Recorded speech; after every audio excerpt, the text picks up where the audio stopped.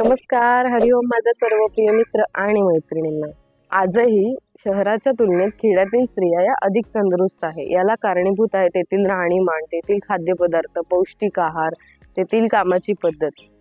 गावाकडे आजही प्रत्येक काम घरात केले जावे यासाठी भर दिला जातो। गावाकडे अजूनही पाणी काढण्यासाठी विहिरीवरील मोठ ओढला जातो, तसेच दळणदळणासाठी जाते किंवा हातचक्की वापरली जाते। आज आपण त्यातीलच एक आसन बघणार आहोत।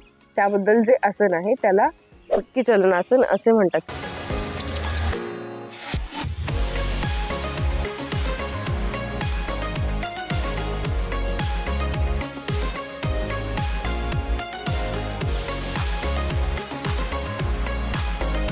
चक्की चलनासनामध्ये आपण दळण दळल्याचा भास होतो।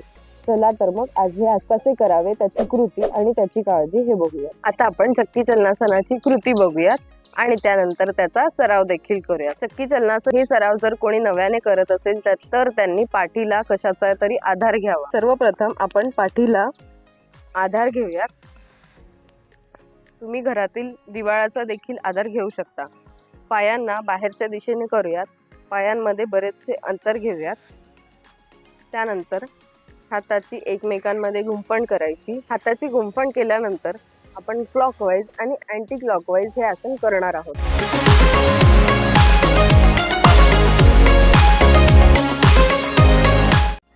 आपण आपल्या कार्यक्षमतेनुसार या आसनामध्ये वाकणार आहोत।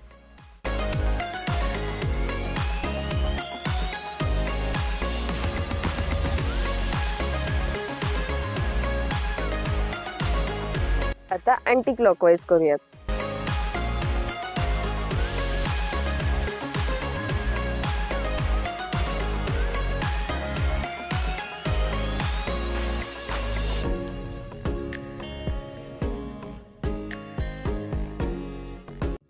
या प्रकारे आपण आता याचा सराव करणार आहोत।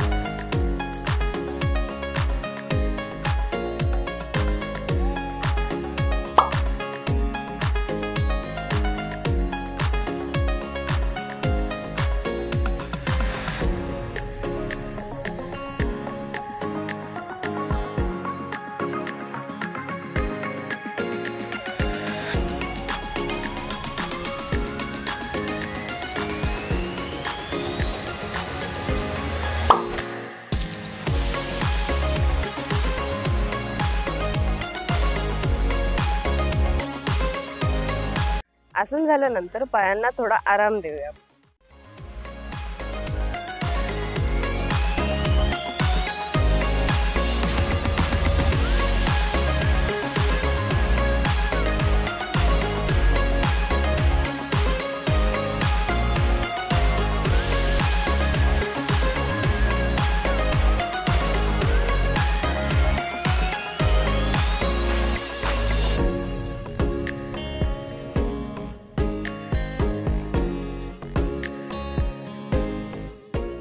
अशा प्रकारे आता आपण चक्की चलनासनाची कृती स्टेप बाय स्टेप बघितलेली आहे आणि त्याचा सराव देखील केलेला आहे।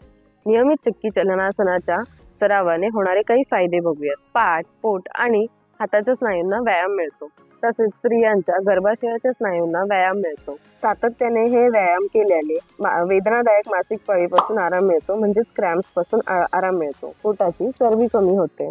गर्भावस्थेनंतर पोटाजवळ जमा झालेले अतिरिक्त मांस कमी करण्यास हे आसन अत्यंत उपयुक्त आहे। हे आसन ज्यांना कमी रक्तदाब आहे त्यांनी करू नये। तसेच ज्यांना पाठीचा त्रास आहे त्यांनी योग शिक्षकांच्या निगराणीखाली करावे। ज्यांची शस्त्रक्रिया म्हणजे सर्जरी झालेली आहे त्यांनी हे आसन पूर्णपणे टाळावे।